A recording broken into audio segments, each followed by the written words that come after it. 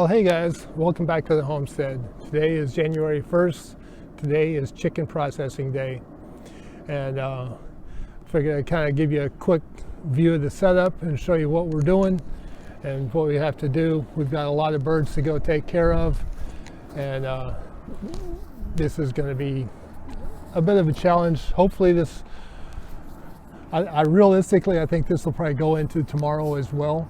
And so we'll kind of see. So let me kind of show you my general setup. Everything is wet right now because the last 2 days has just been a lot of rain, a lot of muck. I haven't done anything except sit inside. I just come out and did the basics with the birds. And when I go over and kind of give you a quick look at the birds, you'll see they're kind of muddy. And so that's simply because, you know, all of this rain, and I didn't really move their tractor for the last couple of days. So, you know, they're in a pretty good mess of stuff over there. And with the way that tractor set up, I don't think I could have moved it anyway, not without some help. So let me kind of show you what I got going on, and we'll see you on the next clip. So what we have here, that's the killing station. That's where they're going to get dispatched. And right next to it, that's the scalder, which is actually already up to temperature. I probably need to go ahead and turn that fire off while I'm looking at it. Let it start cooling down. So that fire's turned off, and I got the plucker. I've already tested it. Hopefully it'll come back on here in a little bit. One of the things with these Yardbird pluckers, they have a 15, they've got a grounding circuit breaker built into the plug, and sometimes that can be a little bit of a challenge to get that going just right. So we'll see how well that goes. So that's the general setup there, and that's still from the ducks earlier. That's not going to do anything there. I may melt some wax and try to get feathers and stuff. And then this is going to be the holding pen for once they go in. Right now it's just got a bag of ice in there. We're going to fill with water once I just kind of get ready, and then this is where they'll store at the last minute. And here's the birds over here. They're all kind of coming out, taking a look. Like I said, this is pretty messy right now. So let me kind of open this up and I'll come back to you. So here's all the birds. I haven't fed them today. Actually, that's probably left over from yesterday.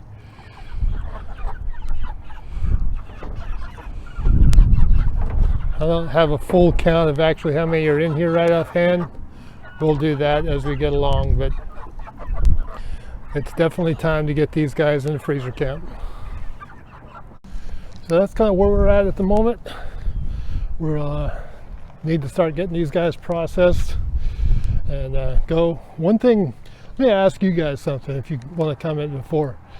If you ever have to work in wet conditions where your hands are going to get wet all the time and it's cold, like today's not going to get above 40, I don't think, what kind of gloves do you wear?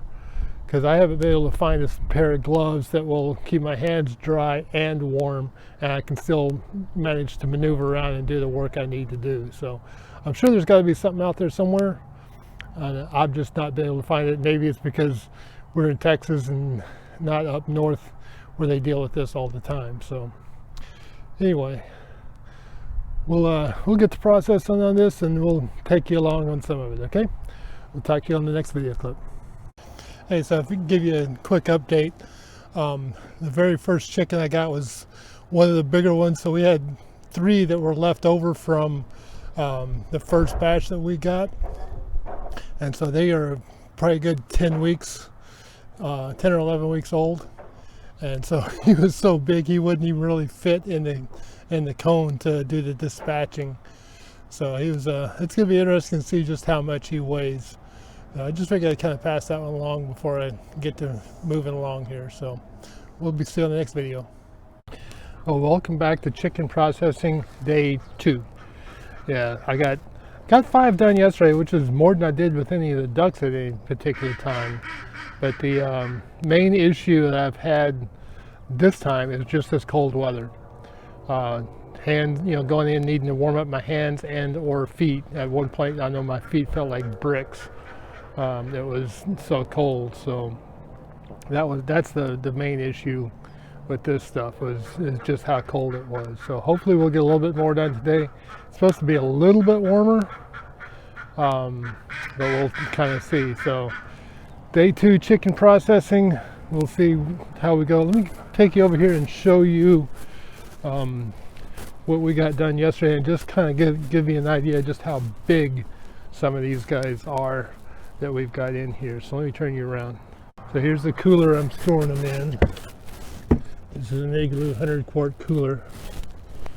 And you can kind of see just how big some of these guys are. And in comparison to my hand,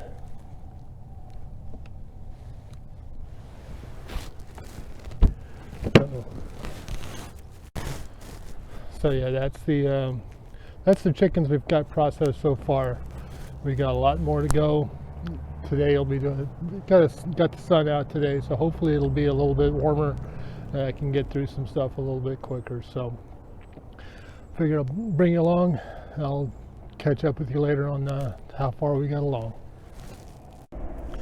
Well, good morning, guys. We are now onto the second weekend of the chicken harvest. I got 16 of them done last week, and I did a pretty good day. 5 the first day and 11 the second day. So we did a pretty decent job of harvesting last week, but I've still got 11 more I got to get done today and tomorrow.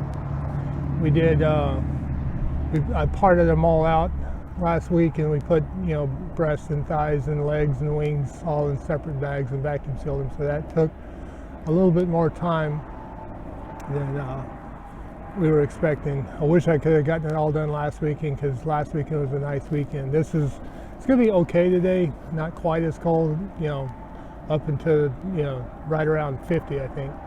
So we'll kind of get that done. So that's kind of what's on task today. I will say this, the amount that these birds weighed surprised me.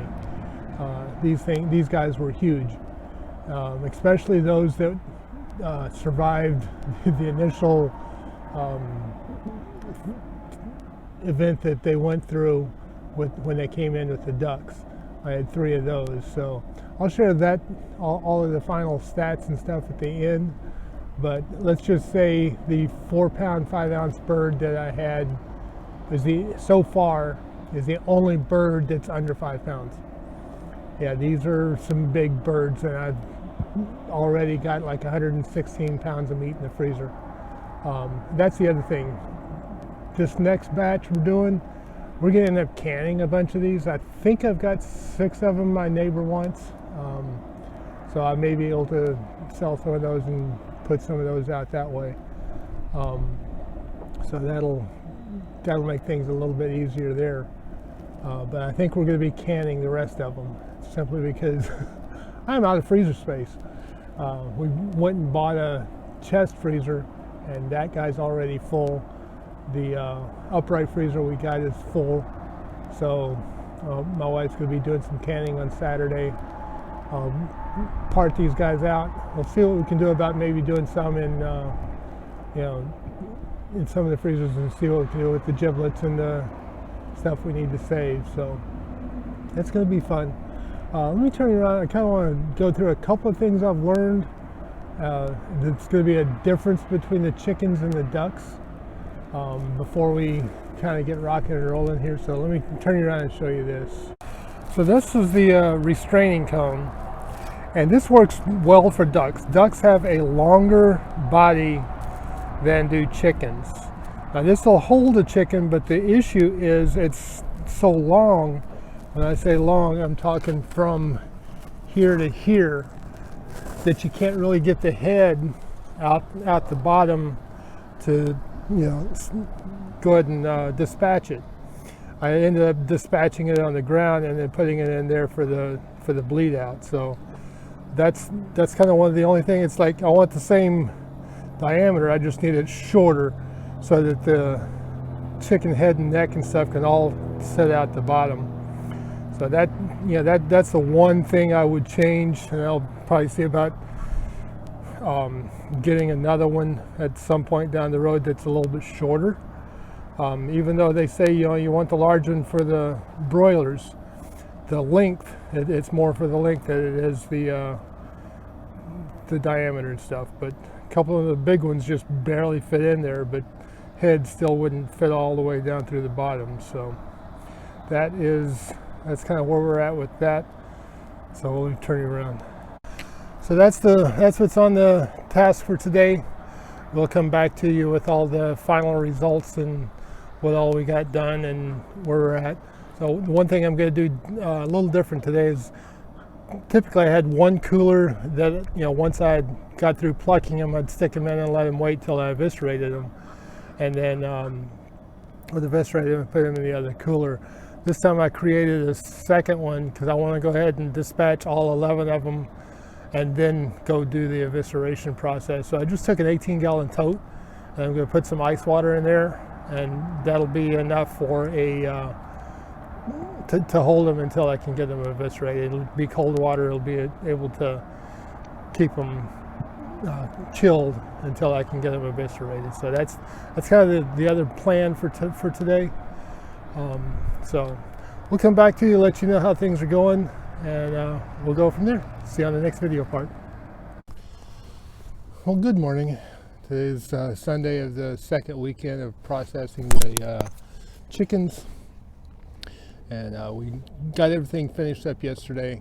We're going to be spending today doing some canning and canning them in there, because one thing we did do is completely fill up our freezers.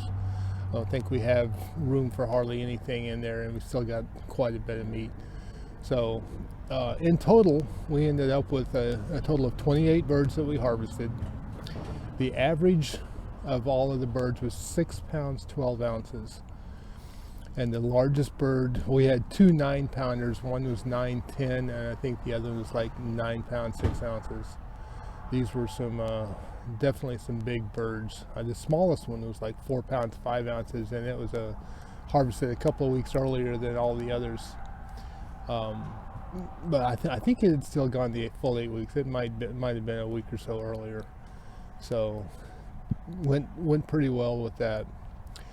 But yeah, I was amazingly surprised. Put 190 pounds of chicken meat into the freezer, canner, whatever. Would harvest at 190 pounds, which kind of surprised me that the chickens were actually that much bigger than the ducks. They were, I think they probably averaged almost a pound heavier than all the ducks did. So that was significant. They were definitely easier to take care of than the ducks too. When you start adding in messing with all the water and stuff like that, that was one of the things that made the ducks a pretty good challenge. Ducks were kind of fun. It's just all the water requirements that they had made that a lot higher. So definitely a learning experience. Now, one thing I did do, I did it for both the ducks and the chickens, and I think it definitely helped out with the chickens, is I fed them a 30% protein game bird feed. You can get a Tractor Supply. It was a 40-pound bag. I think Purina. It was a Purina 30% poultry game bird feed.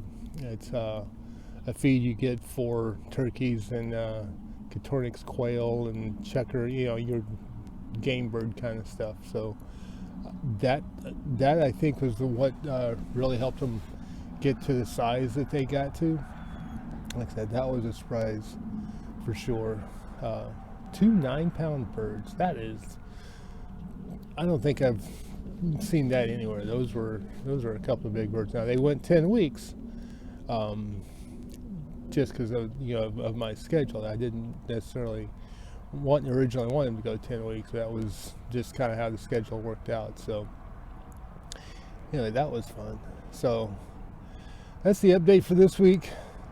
I'm kind of trying to relax today. I'll probably help my wife do some canning to get the chickens canned. I may come back with some cooking videos on because I want to do some sous vide air fryer fried chicken. I also want to kind of do a little bit of liver pate kind of stuff going forward, just for the next couple of weeks, and we'll kind of go from there. So anyway, that's the chicken video for this week. Everything is in the freezer, or processed and done, and we are good. So have a great week. God bless, and we'll see you on the next video.